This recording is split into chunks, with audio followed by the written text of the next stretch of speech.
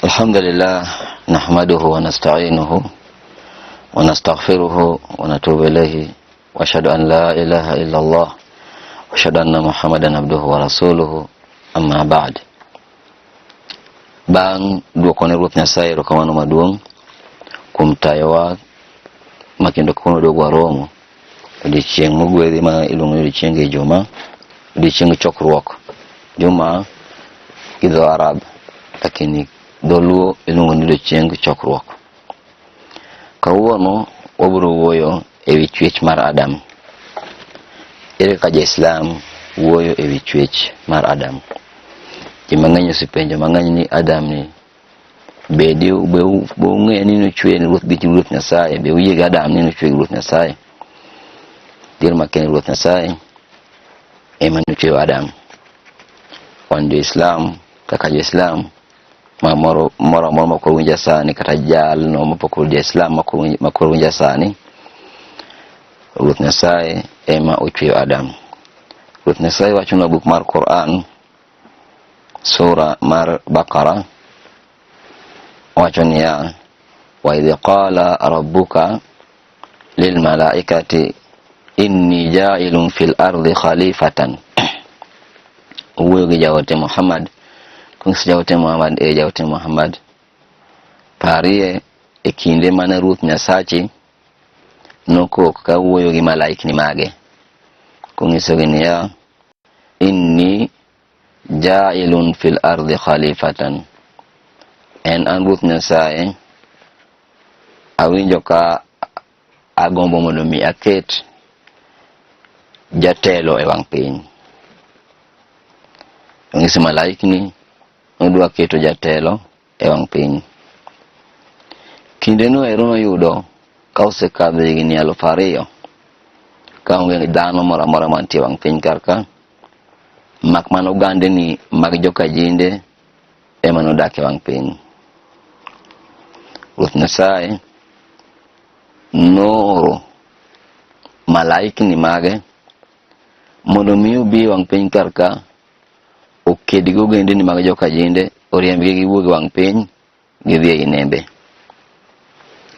mai momiyo nembe mang'eny nichieg jochiende nitie kuonde mang'eny magikadho to nyini yogore piny jitho to gimomiyo yeno gore piny bi joko ng'eyo nitie jogo chwech moko ma ruth nyasaye noriembo tere nam qalu malaikni noduoko gi chuny mamuol kawacho niya atajalu fiha man yufsidu fiha wa yasfiku dimaa ruth nyasaye dibed ni idwa keto chwech mabiro puko rembe e wang piny dibed ni idwa keto chwech mabiro nego wadgi e wang piny wa nahnu nusabbihu bihamdika wa nuqaddisu laka bastiwewa wan chwech ma ogwedhi jogo malami kendo kwayi pile ka pile kain lemo emidwaro mondo mi jogo obi olami wang piny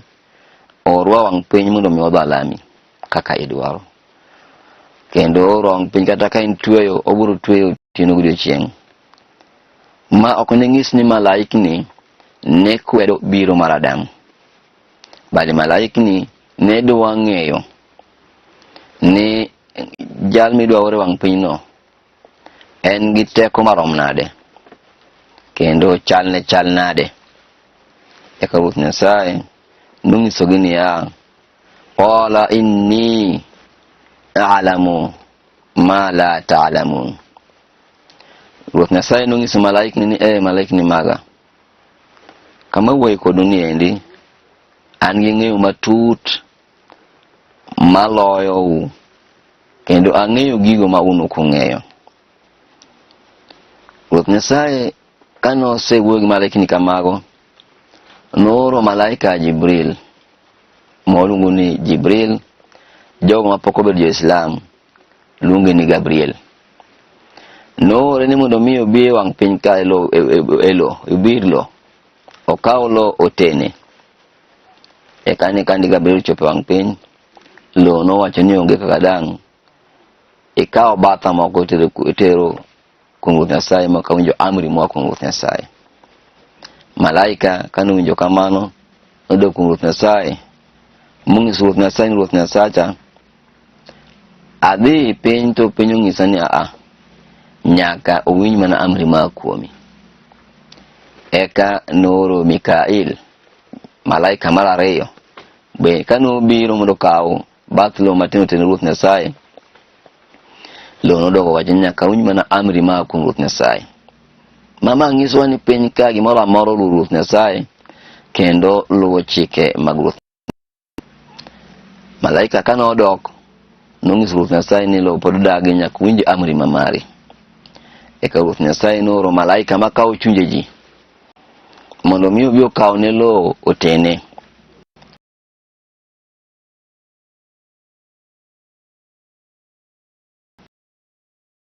Malaika chaka nongi odhi lo moro okaw lo ting'eny, lo marakwar, lo marachar, lo marateng', lo mangi kala mopogore opogore. Mama emomiyo joka dhano ma Ruoth Nyasaye ochwe wang' piny kar ka wan gi jomoko rotenge, jomoko rokwere, jomoko robuore, jomoko nitie ka gichalre wa. Chinese chal kigin, wasungu chal kigin, wasomali chal kigin, borana kamano kamano, jaluo be mana kamano kamano. Koro ji opogore opogore kaluwore gi lope ma Ruoth Nyasaye ochweyo godo Adam. Eka Ruoth Nyasaye nokawo locha monywaso mochweyo Adam gi lwete mogwedhi, lwedo maber, lwedo mogwedhi ma en mar Ruoth Nyasaye. Kano osechweyo Adam basto oketo Adam ei puoth Eden. Kinde noyudo ka Adam pok omi muya mar wuoyo kata mar yweyo, pod ochalo sanamu, okete e puodho mar Eden.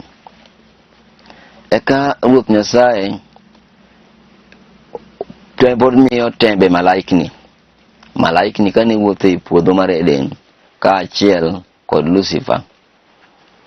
Lucifer ne nyalo wuotho madonje it Adam, modonje ei Adam, modhi e wi Adam. Nitie kamoro kanomulo to winjo ka Adam tetni. Wacho ni kare kama abiro tiyogo kuom ng'ani. Ng'eni majasike. Koro kano ong'e kama kopo nomulo kuom dhano bedo gasira. Ong'e kama kodonjo go kuomi tibedo janeko. Ong'e kama kodonjo go kuomi to ibo bedo ng'at maber. En jachien ong'eyo kaka nyalo control maisha mar dhano nikech nodak kucho mong'eyo dhano kit dhano gi kit kaka dhano chwe. Eka Ruoth Nyasaye kane osechweyo Adam nowacho ne Adam ni Adam kun fayakun. Adam bed dhano. Nokudho ne chuny, omiye chuny mar yweyo kod mar wuotho. E kinde manokudho ne muya cha Adam nojir mwacho ni agone Ruoth Nyasaye erokamano maduong'. Malaikni bende nowacho ne Adam ni Ruoth Nyasaye ogwedhi kaka ogwedhowa wan wawegi. Eka Adam nochako neno, nochako wuotho. Ruoth Nyasaye kanoseneno ka Adam koro wuotho, wa allamo nokawe to bedo kode piny mopuonje. Asma'a kullaha, nying gimoro amora. Thumma aradahum ala almalaikati. Bang' kanosepuonje nying gimoro amora, basto kawo gigi duto to kete mbele malaikni. Basto luongo Adam to nyiso malaikni niya, ambiuni bi asma'i haula'i in kuntum sadiqin. Malaikni koponi uwacho ni un manyaka teru e wang' piny, wacho ni wacho adiera maloyo an mawuoyo kodu ni endi, kara ng'isa uru nying gigi duto tetete. Malaikni nobuok mowacho ni subhanaka la ilma lana illa ma 'allamtana. Malaikni nowacho ni adier makende ni gweth duto ni kuom Ruoth Nyasaye. Wan malaikni magi waonge gi ng'eyo matut, mak mana ng'eyo ma wan godo ni ipuonjowa kende ma wan godo. Ng'eyo mipuonjowa kende ma wan godo, ilim mipuonjowa kende ema wan godo. Sombwa ok odhi matut ahinya, mak mana gigo ma ipuonjowa ema wang'eyo. nyingigi puki punjo Ruoth Nyasaye wan wakia nyingigi. Innaka antal alimul hakim. Ini mai wuon ng'eyo kendo in jang'ad bura. Eka Ruoth Nyasaye nobuonjo kanyiero malaikni mamage. Ongiso malaikni niya. Eka Ruoth Nyasaye nongiso Adam, bang' mano ongiso Adam ni Adam. Qala ya Adam, ambi'uhum bi asma'ihim. Oyudo kosepuonjo Adam nyingigi duto tetete.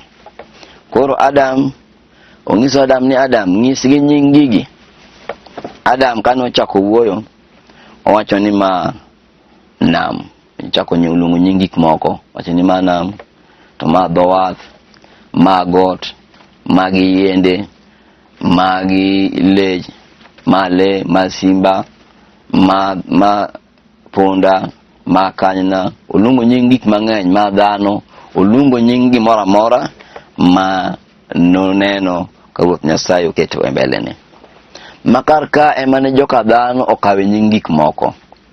Ka ema wan wakawe nyingik moko nikech wuonwa ma Adam ne manukungu puonj nyingik moko mora. Ma sikul mokwongo ne sikund Adam gi Ruoth Nyasaye. Koro somo ok nokel gi dhano wang' piny, bali somo Ruoth Nyasaye ema nopuonjo dhano ma dhano biro godo wang' piny. Ama gimoro amora ma waluongo gi nyinge, waluongo gi nyinge kaluwore gi kit kaka Adam noluongo. En kinde mane ng'ise mondo ng'is malaikni nyingi kakande. Falamma amba'ahum bi asma'ihim, bang' ka Adam noseng'iso malaikni nyingigi, qala alam aqul lakum. Ruoth Nyasaye no luongo ng'iso malaikni niya, alam aqul lakum inni a'lamu ghaiba as-samawati wal ardi. Denge na ng'isou ni an ang'eyo gino mopondo e kind polo kod piny, kendo ang'eyo ma tubuduna wa ma kuntum taktumun. Kaachiel gi mano adog ang'eyo gigo ma opando e chunjeu kod gigo ma oketo e lela e dak maru. Ruoth Nyasaye ong'eyo gino ma dhano pando e chunye.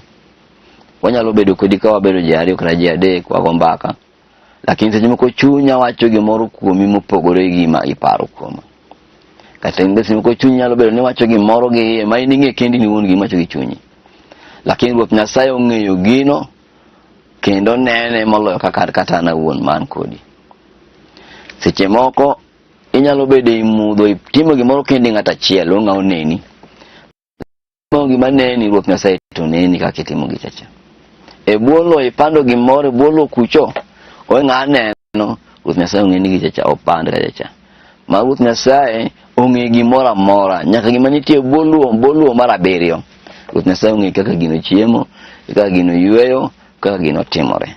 Ruoth Nyasaye ng'iso malaikni niya, an Ruoth Nyasaye nang'iso ni inni a'lamu ghaiba as-samawati wal ardi. An ang'eyo gino mopondo e kind piny gi polo. Naseng'eyo ni Adam madwa chweyo ni endi ong'eyo nyinge gimoro amora. Kendo ng'eyo mar Ruoth Nyasaye nong'eyo ni Ruoth Nyasaye ong'eyo ni kochwe Adam to onding Adam biro wuok jok mabeyo malame. Achiel kuom ng'eyo ma Ruoth Nyasaye nong'eyo, Ruoth Nyasaye ong'eyo ni Adam biro nyuolo nyithindo mabeyo malame. Machiel kuomgi en an gi in ma kawuono bedo piny winjo wach mar Ruoth Nyasaye. Machiel kuomgi en an gi in ma kawuono walamo Ruoth Nyasaye kendo waywak ni Ruoth Nyasaye. Ruoth Nyasaye nodong' ng'e ni onding Adam ne wuog chwech ma gin jonabi, joote malungo ji kuom Ruoth Nyasaye. Nyasaye noseng'eyo ni jogo mane kedne kendo ne tho ne wach mar Ruoth Nyasaye. Ruoth Nyasaye nong'e ni jok biro wuok ni jok salihin, jogo mabeyo malame pile ka pile. Kono miwaro ja-Islam, kama intie ng'e ni ja-Islam nyaka yie ni Adam en chwech ma Ruoth Nyasaye nochweyo gi lwete en owuon. Bang' mano dogo miyo Adam chiewo mar ariyo, ng'iso malaika sujuduni gouru wiu piny ne Adam. Wakulna wa idh qulna lil malaikati isjudu li Adama. Eka Ruoth Nyasaye nong'iso malaikni niya, malaikni bang' ka Adam oseng'isou teko mare gi chiewo ma mare mamiye, ongisu no ng'e nyingi mora mora to un gigo tamung'eyo. Bolreuru ne Adam. Bolreuru ne Adam. Fasajadu illa iblisa. Malaikini duto nogo wigi piny kokulore ne Adam. Jo Islam be kalle molam Ruoth Nyasaye kulore Ruoth Nyasaye kido mana malaikini nukulore ne godo Adam. Fasajadu illa iblisa aba wastakbara. Negi bolore malaikini duto te makmana jachien ema nodagi. Kinde non poko luonge ni jachien, niluonge ni Azazil, luonge ni Lucifer. Ne poko bedo jachien, koro nolamo Ruoth Nyasaye, kila koko step nolamo Ruoth Nyasaye. Lakini kinde manong'isi gi malaiki mondo gimigi bolore ne Adam, mondo gimi Adam cheo, nodagi malaiki ema noyie motimo amri mag Ruoth Nyasaye, mochopo chike mag Ruoth Nyasaye, lakini nodagi chopo chike mag Ruoth Nyasaye. Aba wastakbara, nodagi bas to kelo wich teko. Wakana minal kafirin, bas wich teko nomiyo obedo jakafiri. Obedo mabor kuom gweth mar Ruoth Nyasaye. Jakafiri en ng'atno mani mabor gi gweth mar Ruoth Nyasaye. Makaponi ng'ato luongi ni jakafiri, mano ng'at ma oyanyi malisha nikech ionge gweth mar Ruoth Nyasaye. Bang' mano Ruoth Nyasaye kano osetimo kamano, noriembo jachien ong'ise ni wuog e polo odhi e piny. Kech nopingore gi Ruoth Nyasaye, koro piem gi Ruoth Nyasaye, owacho ni en ok onyal bolo ne Adam, kendo ok onyal luwo chike moko mag Ruoth Nyasaye. Ruoth Nyasaye noriembe mogole e ler gweth mage, mong'ise ni wuog aika idhi e piny. Eka nong'iso Adam ni Adam. Eka nomiyo Adam nindo maduong', bang' mano omiyo Adam nindo mang'eny kabisa. Madam onindo, bang' ka Adam osenindo, kano obuok noneno jago more bathe. Kano ong'iye nopenje ni ng'a. Dhako cha noduoke ni an dhako. To penje ni ochwe nikech ang'o? Dhako nong'ise ni mondo mi wakonyre e kinda an gi in, wakonyre kodi. Ochwe ni mondo mi wakonyre kodi. Malaiki ne oduogo luorogi ka dwa buok gi Adam. Kendo gitemo agidwa mi Adam penj. Gipenjo Adam ni Adam tiluonge ni ng'a? Adam noduoko gi niluonge ni Hawa. Mama nying Hawa gi nying Adam. Kuom jalno modhi sikul kata jalno pok odhi sikul, nyinge ariyo gi kende oseng'isi ni jogi ne gin jo-Islam. Chweche ariyo magin kendgi ne ji wang piny gi Ruoth Nyasaye. Subhanallah. Ruoth Nyasaye ni kodgi gi malaiki mag Ruoth Nyasaye, basto en iluonge ni jechwe iluongo ni Adam, dhako iluongo ni Hawa. Mfano makawuono mahai mangima, koponi dhi e ot moro dala moro, tiyudo ka jaduong' iluongo ni Adam, to dhako iluongo ni Hawa. Paro mabiro ni machiegni biro ng'isi ni jogi ne gin jo-Islam. Koro chwech mokwongo ma Ruoth Nyasaye nokwongo chwe wang' piny karka ne en chwech magin jo-Islam, Adam kod Hawa. Eka negichako dak. Ruoth Nyasaye nong'isogi ni Adam, uskun. Wakulna ya Adam. Ruoth Nyasaye eka nowacho ni ewe Adam, uskun anta wa zawjuka aljanna. Dagi in gi jaodi ni e puoth Eden. Shamba mar Eden. Dagi jaodi ni endi e dala maler mantie e puoth Eden. Wakulna minha ragadan haythu shi'tuma. Kendo dagi e puodho ni endi, utim raha mora mora mudwaro e puodho ni endi. Kendo cham gi mora mora mudwaro e puodho ni endi. Wala takraba hadhihi shajarata fatakuna min adh-dhalimin. Bas dog ni makmana ni ya yenni emakiku bute machiegni. Yende duto te chopuru kendo lemo duto te chamuru. Makmana yenni kaachiel kod olemo mamare kik uchopie kata kik ucham. Utama ni kik ucham olemo ni kik ucham, lakini olembe modong chamuru, lakini olemo ni kende ma kik ucham. Yani olemo achielo tamegi ni kik gicham kata yenno kik gimul kata ite. Lakini yende modong muluru itegi kendo tugil yende modong te.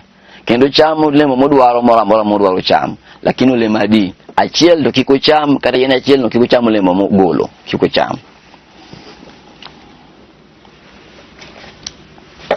ولا تقرب هذه الشجرة فتكون من الظالمين فأزلهما الشيطان عنها ekaja chien no paro yo madangol gigodo e puotho eden. Jachien nobiro kanyege sura mar thuol nolokore koro thuol. Basto kech noyudo ka jachien Nyasaye osenyiso Adam kod Hawa ni bedu mabor gi jachien, huwa aduwwun lakum, en aduwi kuomu, ok en maber, ok ng'aber kodu. Yono otamri mi luor Adam, koro kik ibed kodi machiegni kod Hawa. Jachien oseng'e ni jok ong'e ni en jachien, koro lokore kido moro, obiro kido mar thuol. Basto ng'isogi niya, inni nasihun lakum, abiro mi uparo, kendo abiro mi uparo ni Ruoth Nyasaye otamni kik uchamo olemo ni kichamo. Owacho ni koponu chamo olemo ni, ubedo malaikni mang'eny madongo mabeyo wang' piny, malaikni ariyo madongo, kendo unubed gi pawa madom kod Ruoth Nyasaye. Kendo udag nyaka chieng', ubed gi ngima nyaka chieng', mano mi Ruoth Nyasaye otamni kik uchamo olemo ni. Ana miyudo mana paro, ok dang' atamu ni kik utim gima bo miyo ngima manyaka chieng'. Adam gi Hawa kane winjo gicha nowinjo ka chalo jachien, chalo gima gimiyo gi paro moro mondo gibed gi paro moro maduong' ahinya. Hawa nobokore ochamo olemo. Kane Hawa osechamo olemo, nowinjo ka olemo mit sana. Kendo wacho ni en matunda mayom, kendo mapoth mayom kabisa. To kichame to mit maloyo asali. Kawuono kweli kichamo matunda no ero, kata ng'ato chuoyi gi pala ok ding'e. En olemo manyaka kawuono ji chuoro nyaka gi pala. Ng'wacho olemo achiel no ero. Kiyudo ng'ato ni buto olemo no ero, ng'at mikia, ibiro penjo ni ng'ano biro timo ang'o ka. Ewe nosechamo olemo ma michamoga. Koro mi olemo no ero, en olemo mane Ruoth Nyasaye notamo Adam gi Hawa mondo mi kik cham. Jachien biro to wuondo Hawa, ma Hawa ochamo olemo. Hawa mokwongo chamo olemo. Basto Hawa ng'iso Adam na Adam, imbe bielie olemo, gini mit, gini ber. Adam noyudo chunye pod ne tek matin, ok odwa chamo olemo ni eri. Kech Ruoth Nyasaye nosedagi ni kik gibil olemo no ero. Basto jachien wuoyo gi Hawa, chunye Hawa, to Hawa temo pambo ne olemo nyaka kamit. Bas Adam wacho ni we abile. Eko bilo olemo ja. Kane gisebilo olemo, negiyudo ka gin duge. Negiyudo ka gin duge. Bang' ka giseyudo ka gin duge, negichako ng'wech ka gipondo e chak ng'ado it yien mar puoth Eden, ka giumre godo. Jogo modhi matut e din mar Islam, moko wacho ni Adam ne nigi yier wich maboyo ahinya. Koro noumre nyaka gi yier wiye ni, mondo mi kik Nyasaye ne dug nene otimo richo. Ruoth Nyasaye penjo Adam ni, Adam, afiraru minni? Adam, debed ni ringa kawuono ipondona nikech ang'o? Koso dibed ni chamo olemo mana ng'isi ni kik icham? Dong' nakwer ni kik icham olemo no ero. Ruoth Nyasaye nong'isogi niya, ihbithu minha jami'an. Wa kulna ihbithu ba'dukum li ba'din aduwwun. Luoruru piny ute. E kinde ming'iso ni Adam olor, noyudo korwako kofia machalo kofia mar kingi. Taji nogony ne kofia no ero gi malaika mar Jibril moket piny. Kanyo Adam nong'e ni otimo richo, nochako ywak ne Ruoth Nyasaye. Wacho ni ukhrajul yawma min baitil khair wa udkhalu fi baiti dhiq. Wacho ni kochakore kawuono igola e ot maber, od hawi, od ngima manyaka chieng', itera od chandruok. Ruoth Nyasaye nyiso ni loruru piny, kendo ba'dukum li ba'din aduwwun. Unubed jogo ma jowasigu, unuwegi nubed jowasigu. e kindu unuwegi be uru piny kendo unuwegi kindu unuwegi unubed jowasigu. Walakum fil ardi mustaqarrun, kendo kochakore kawuono undi kar dak e wang piny kuchocho. Wa mata'un ilahin, bang' mano unubed ngima matin, ngima machuok, ok ngima maduong' ahinya. Adam nolor wang piny kaywak, Hawa bende olor wang piny kaywak. Jogo modhi matut din mar Islam wacho ni giywak, jomoko wacho ni giywak higni 10, jomoko wacho ni giywak higni 100. Ndalo Adam ni miyo ji higni mang'eny, jahiga 150 koro kowuok e ojana donjo e uzee. Ma opore ga wan kawuono mon gi yeth mang'eny, wageng'o tho, wageng'o olo, lakini mondo mi chop higa 100 iti mirumo. To ingi yeth mang'eny mi nyaka yath, ichwe nyaka dip, wacha ni bas, koro in ng'ama ber, idhi dak manyaka chieng', to pod emo kichop higa 100, kichop 100 ti ol ma dendi onyosre mon kama iketi. Koro me Islam puonjowa ni Adam nokano chamo lemo Nyasaye nogologi to ng'isi ni gin gi ngima machuok e wang' piny kar kae. Ne giywak higni go eko duto ne giricho. Mawa pat wang' Adam noloso mtaro mar ywak kod Hawa. Eka ne winjo duol koa e polo. Tang'isi ni kalimatun fataba alayhi ya Adam katubtu laka ni akmamuni richoni innahu huwal tawwabur rahim. Nyasaye nong'ono ne Adam bang' mano ng'isi ni piny Maka, modhi e piny Maka mokwal ng'wono kuom Ruoth Nyasaye, Ruoth Nyasaye ng'wono ne innahu huwa tawwabur rahim. Ruoth Nyasaye ene jang'wono kendo ene jagweth. Ruoth Nyasaye ogwedhwa kuom puonj mar Adam. Wa ila huna, assalamu alaikum warahmatullahi wabarakatuh.